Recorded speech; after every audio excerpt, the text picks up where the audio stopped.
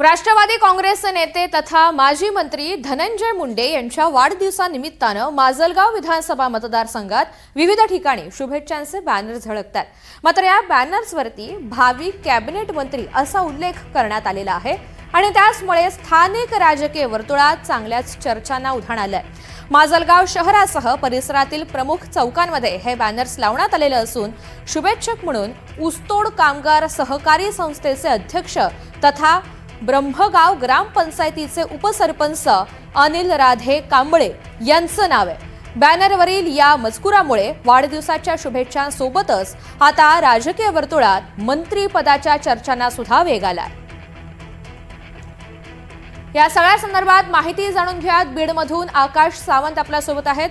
आकाश, एकीकडे हे शुभेच्छांचे बॅनर लावण्यात आलेले आहेत, मात्र त्यावर जो मजकूर आहे त्यामुळे मोठी एक चर्चा पाहायला मिळतेय। काय अपडेट्स आहेत? निश्चितच 9 डिसेंबर रोजी मसाजोगचे सरपंच संतोष देशमुख यांची हत्या करण्यात आली होती। या घटनेनंतर संतापाची लाट उसळल्याचं राज्यभरात बघायला मिळालं होतं।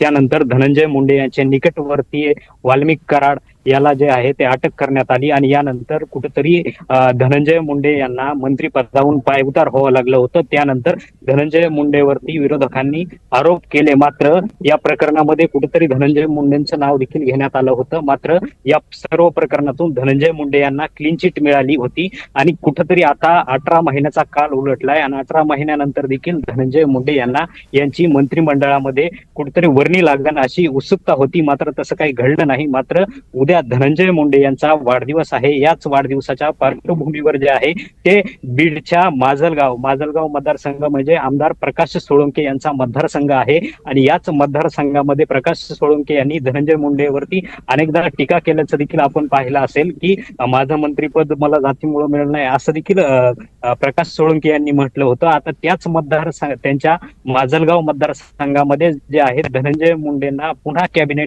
भावी कॅबिनेट मंत्री पदीवर्णी लागेल असे जे शुभेच्छाचे बॅनर जे आहेत ते झळकल्याचं चित्र जे आहे ते बघायला मिळत आहे। महाराष्ट्राचा धाना वाघ पुन्हा कॅबिनेट मंत्रिमंडळामध्ये येईल असं हे शुभेच्छाचं बॅनर आहे आणि कामगार संघटनेच्या वतीने ह्या भावना ज्या आहेत शुभेच्छेच्या माध्यमातून व्यक्त केल्याचं बघायला मिळत आहे।